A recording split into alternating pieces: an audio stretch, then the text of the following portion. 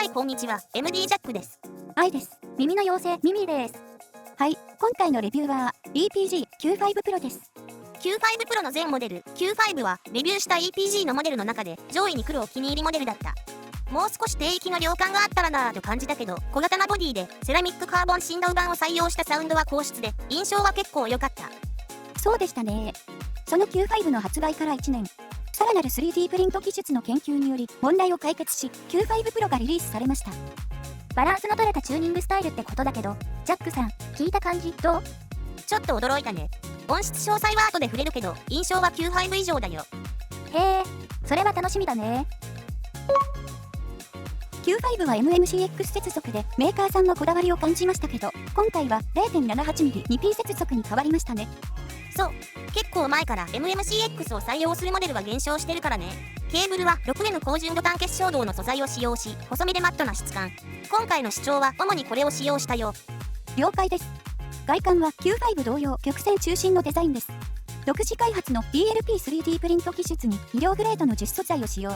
0.25 マイクロメートルの精密な印刷解像度を実現しています。フェイスプレートはセブンシリーズ航空宇宙プレートのアルミニウム合金を使用。この金属プレートが不要な振動、共振を抑制し、ハーモニック波を抑えます。小型なボディはフェイスプレートが金属でも片側 3.6g とかなり軽めで、フィット感もとてもいいです。内部構造も DLP3D プリント技術を使用し、テストと修正を繰り返すことで、理想的な音響内部キャビティを実現したとのこと。大変そうだけど、非常に興味深いところだな。価格は8000円台。最近1万切るダイナミックドライバーモデルの質が上がってるみたいで、この価格帯にいいモデルが多いなーって思うよ。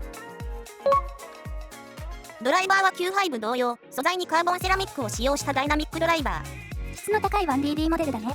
そう、セラミックって言うと、どんなイメージ？そうだな。瀬戸物、割れる、軽くて硬い。とか？軽くて硬いって特性が振動板素材に適してるんだろうね。それを認識している先入観か、音質が高質に感じる気がする。なるほど。詳細は上の情報を参考にしてね。では波形をチェックしていきましょう。いつもの通りリバイナスベルベットと比較です。バンドルイヤーチップは1種類で、ベルベットより少し明るい音に感じそうです。マイイヤーチップを重ねてみると、6から8キロにかけてバンドルイヤーチップとベルベットが中間的な出方のようですね。広域の調整の参考になればと思います。これだけ幅があれば、それなりに聞いた印象は変化するよね。そう、ハイハット、シンバル系の出方に影響しやすいよね。サウンドチェックは Q5 との比較でいいですよね。いいよ。Q5 との波形比較はこれ。ああ、かなり似てるんですね。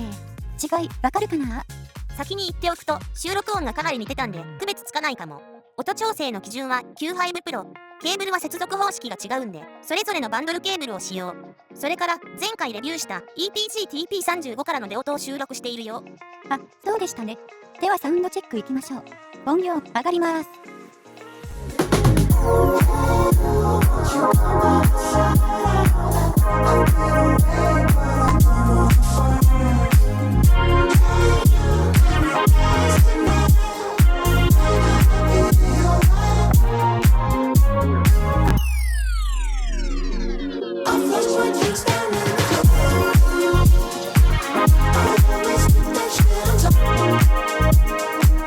This flashlight, that disco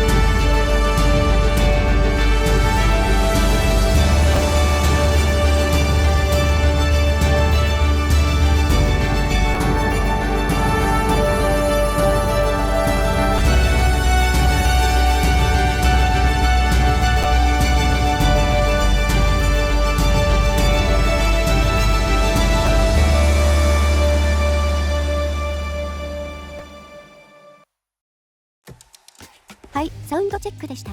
TP35 からの出音はなかなか良かったと思います。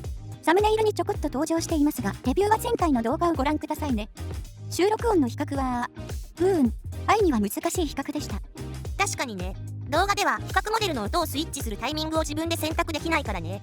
編集中に色々なパターンで切り替えてみると、低域の違い、Q5 Pro の方がちょっと重めに出ていたり、高域は Q5 の方が若干明るかったりと、まあ、おおむね波形の差分通りの違いだったよ。そっかー。でも、違いはそれだけなの？いいや、収録音では拾えていない違いを、実機の聞き比べでは結構感じたよ。そういえばさっき、第一印象はちょっと驚いたって言ってたもんね。そう。Q5 で個人的にちょっと惜しいなぁと思っていたとこが改善されたように思えたね。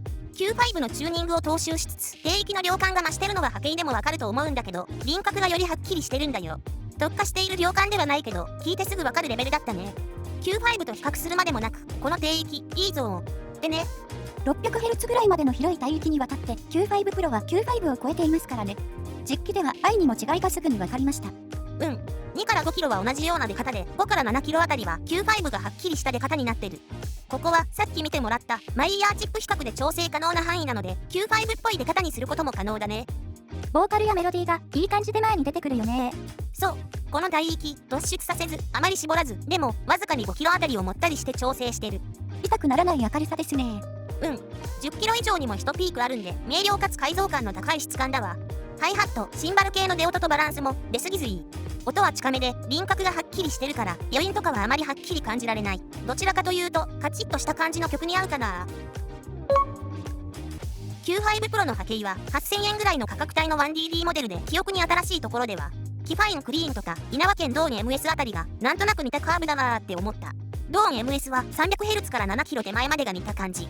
クリーンはあまり重なるところはないけど、2から 7km 手前までの出方、あまりここに山谷を作らない傾向がなんとなく似てるなーと。細かい違いはあるけど、1DD で評判いいモデルって今はこういう感じなんだね。買うとき迷いそうだね。どれも聞いた印象はいいんで、確かに迷うだろうな。ただこうしてみると Q5 Pro の低域が Q5 より増したとはいえ、量感に特化していないことは把握してもらえそうだ。そうですね。バランスの好みは人それぞれですから、Q5 の方が好みの方もいらっしゃるでしょうけど、愛は Q5 Pro の音質とバランスがとても気に入ったんで、買います。はい、ということで EPG Q5 Pro のレビューでした。じゃあまたね、バイバイ。ご視聴ありがとうございました。MD ジャックチャンネルはイヤホンレビューを音と波形た言葉で表現します。チャンネル登録お願いします。